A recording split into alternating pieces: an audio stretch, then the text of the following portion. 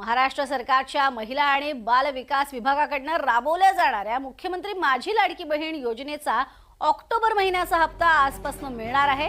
October महिन्याचे 1500 रुपये कधी मिळणार याकडे सर्व पात्र महिलांचं लक्ष लागलेलं होतं। त्यांना या निमित्तानं दिलासा मिळेल। महिला आणि बाल विकास मंत्री आदिती तटकरे यांनी ऑक्टोबर महिन्याचा हप्ता हा देण्यासंदर्भात माहिती दिली आहे। त्याच वेळेला पात्र महिलांनी मुख्यमंत्री लाडकी बहीण योजनेची केवायसी पूर्ण करून घेण्याचं आवाहन आदिती तटकरे यांनी केलंय। एकत्रित हप्ता आहे 3000 इतक्या सन्मान निधीचा।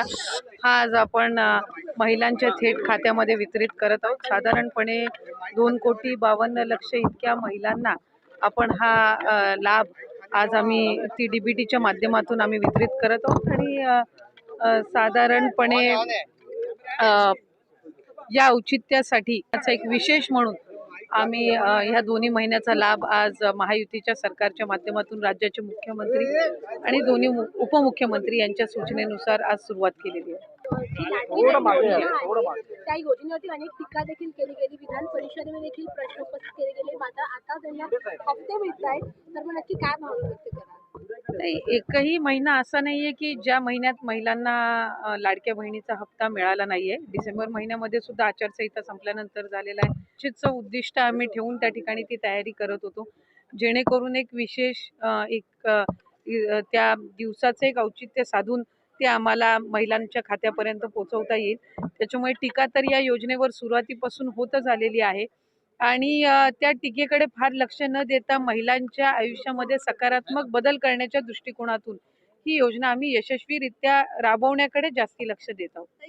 आणि कुठे ना कुठेतरी मुलींच्या शिक्षणाप्रती असेल किंवा त्याचबरोबर समाजामध्ये जी काही सुधारणा आहे ही याची जी सुरुवात असेल, एक सकारात्मक पाऊल असेल आणि त्यावेळेला संघर्ष करून त्यांनी मुलींच्या शिक्षणासाठी दिलेलं जे योगदान असेल हे आमच्या सर्वांच्या आणि आपल्या सर्वांच्याच आयुष्यामध्ये अमूल्य आहे। आणि त्यांच्यासाठी ही मागणी त्या ठिकाणी त्यांना भारतरत्न मिळावं ही केलेली आहे आणि निश्चितपणाने ही स्वागतार्हच आहे।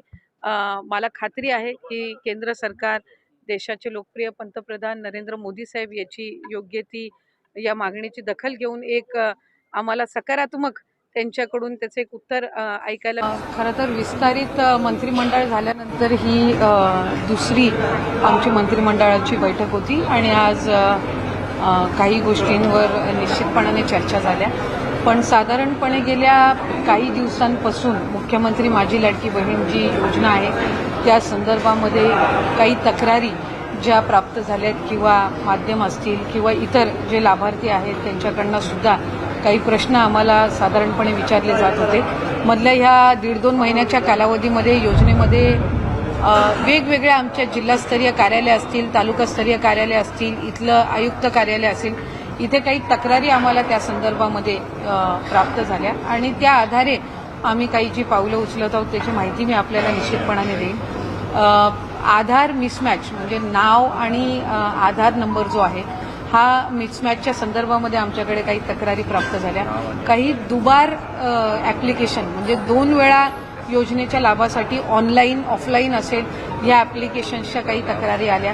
काही रिलोकेशन ऑफ स्टेट म्हणजे डोमेसाईलची जी अट आपण GR मध्ये घातलेली आहे त्याच्यामध्ये काही ज्या महाराष्ट्रामध्ये लग्नाच्या पूर्वी वास्तव्य करत होत्या पण लग्नानंतर त्या राज्यामधनं स्थलांतरित झालेल्या आहेत, अशा काही त्याच्यामध्ये काहींनी स्वतःहून ॲप्लिकेशन केलेलं आहे की माझं आता लग्न झालेलं आहे आणि मी आता महाराष्ट्रातून कर्नाटकमध्ये शिफ्ट झालेली आहे। काही तिथल्या स्थानिक प्रशासनाकडनं आम्हाला तक्रारी प्राप्त झालेल्या आहेत। काही चुकीचे हमीपत्र दाखल केल्याच्या सुद्धा तक्रारी या काही स्थानिक प्रशासनाकडून आलेल्या आहेत आणि काही सरकारी नोकरीमध्ये लागलेले असल्यामुळे त्यांचा लाभ आता कमी करण्यात यावा अशा पद्धतीच्या काही स्वतःहून त्यांनी ॲप्लिकेशन केलेले आहेत की माझी सरकारी नोकरी लागलेली आहे त्याच्यामुळे आपण हे सरकारी चलनमार्फत ते रिफंड करून घ्यावं, जे आम्ही काही प्रमाणामध्ये काही जिथे कंप्लेंट बेस्ड आहेत तिथं सुरुवात केलेली आहे। पण काही ठिकाणी आत्ता आमची सरकारी नोकरी लागलेली आहे तर आम्ही या लाभासाठी पात्र नाही म्हणून आमचा लाभ कमी करण्यात यावा किंवा काहींचं प्रमोशन झालेलं आहे त्याच्यामुळे त्यांच्या सॅलरीमध्ये वाढ झालेली आहे, उत्पन्नामध्ये वाढ झालेली आहे, अशा काही आलेल्या आहेत। काही 2.5 लाखापेक्षा जास्ती त्यांचं उत्पन्न झालेलं आहे म्हणून काही आलेले आहेत, तर काही विभागाकडून आलेले आहेत तक्रारी तर काही स्वतःहून केलेल्या सुद्धा तक्रारी आहे. मुख्यमंत्री दोन्ही उपमुख्यमंत्र्यांसोबत त्या संदर्भातली जी चर्चा आहे ती केल्यानंतर काही बाबी GR मध्ये जो शासन निर्णय आहे याच्यामध्ये कुठलाही बदल न करता त्याच जे निकष आहेत ते जे त्याच्यामध्ये आपण बाबी निश्चित केलेल्या आहेत त्यालाच अधीन राहून काही व्हेरिफिकेशनचा आम्ही एक कार्यपद्धत आम्ही केलेली आहे डिसाईड. त्याच्यामध्ये साधारणपणे आपला जो इन्कम टॅक्स आहे म्हणजे आपण 2.5 लाखापेक्षा कमी उत्पन्न असणाऱ्या लाभार्थ्यांना आपण याच्यामध्ये लाभ देत आहोत. तर त्याच्यामध्ये इन्कम टॅक्स डेटा हा रिकन्साईल करणं हा एक त्याच्यामध्ये आम्ही विषय घेतलेला आहे की 2.5 लाखापेक्षा आत्ता आमच्याकडे काही स्वतःहून तक्रारी किंवा विभाग म्हणून तक्रारी आलेल्या आहेत की बाबा आमचं उत्पन्न 2.5 लाखाच्या वर वाढलेलं आहे तर आम्ही ह्या लाभामध्ये आता पात्र होत नाही. पण साधारणपणे ती एक संख्या निश्चित करणं हे आम्हाला आहे. त्यामुळे त्यानुसार आम्ही इन्कम टॅक्स विभागाचा त्याच्यामध्ये घेऊन जो डेटा आहे तो रिकन्साईल करणार आहोत.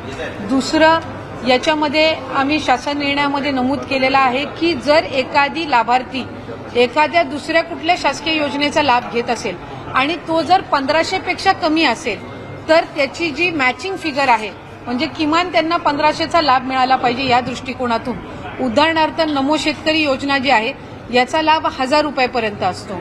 तर या योजनेचा लाभ जे घेणारे आहेत त्यांना वरचं 500 रुपयाचं जे ब्रॅकेट आहे ते आपण शासन निर्णयामध्ये पण नमूद केलेलं आहे की आपण ते वरचे 500 देऊन त्यांचा लाभ आपण 1500 पर्यंत नेणार. त्यामुळे त्या दृष्टिकोनातून नमो शेतकरी स्कीमचे जे लाभार्थी आहेत ते आपण निश्चित करून आणखीन एकदा त्याची व्हेरिफिकेशन करून जे त्याच्यामध्ये लाभार्थी आहेत त्यांना हा जो वरचा लाभ आहे 500 पर्यंतचा हा आपण देण्याच्या दृष्टिकोनातून करत आहोत. त्याच्यामध्ये इतर ज्या काही योजना आहेत ज्या 1500 पेक्षा कमी लाभ देणाऱ्या आहेत आणि आपण त्याला 1500 पर्यंतचा लाभ मॅचिंग करणं आहे तर त्या दृष्टिकोनातून आम्ही एक स्क्रुटिनी एक ड्राईव्ह करत आहोत. ज्यांचे 4 चाकी वाहनं आहेत आणि तरी सुद्धा ते या ठिकाणी लाभ घेत आहेत त्यांचा आपण ट्रान्सपोर्ट विभाग जो आहे परिवहन विभाग जो आहे त्यांच्या मदतीनं आपण तो एक डेटा त्या ठिकाणी क्रॉस व्हेरीफाय करत आहोत.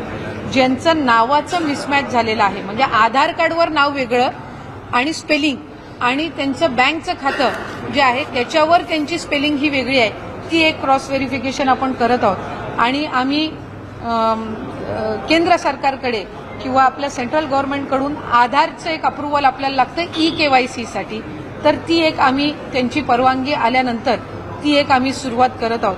त्यामुळे या 5 बाबींवर आपण साधारणपणे जे आम्हाला कंप्लेंट आलेल्या आहेत मग काही कंप्लेंट पालघरमधून आलेल्या आहेत काही यवतमाळमधून आलेल्या आहेत काही फलटण साताऱ्यामधून आलेल्या आहेत काही वर्ध्यामधून आलेल्या आहेत.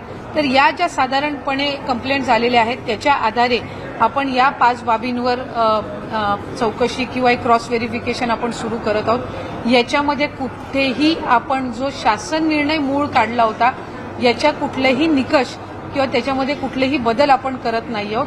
फक्त जे निकष आम्ही GR मध्ये ठेवलेले होते त्याला अनुसरून ज्या काही तक्रारी आलेल्या आहेत त्या 5 बाबींवर आपण लक्ष केंद्रित करून ही पुढची जी काही व्हेरिफिकेशनची पद्धत आहे ती आपण करत आहोत. लाडक्या बहिणींसाठी अतिशय आनंदाची बातमी कारण लाडक्या बहिणींच्या खात्यामध्ये आजपासूनच त्यांच्या खात्यावरती जी रक्कम आहे ती जमा होण्यास सुरुवात झालेली आहे. आदित्य तटकरे यांनी जी माहिती आहे ती व्हिडिओच्या माध्यमातून दिलेली आहे आणि आपण न्यूज चॅनलमध्ये सुद्धा बघितलं असेल. तुमच्या खात्यावरती जर अजूनपर्यंत रक्कम आलेली नसेल तर तुमचा प्रॉब्लेम तुम्ही लवकरात लवकर चेक करून घ्या. परंतु ज्या बहिणीने KYC केली नव्हती त्या बहिणींच्या खात्यावरती सुद्धा ही रक्कम आता भेटणार आहे. सकाळपासूनच याची सुरुवात झाली आहे. 2 ते 3 दिवसापर्यंत जे हप्ता आहे तो वाटप होणार आहे. आज नाही तुमच्या खात्यावरती आला तर उद्या नक्की तुमच्या खात्यावरती तो पैसे आहे ते जमा करण्यात येणार आहे.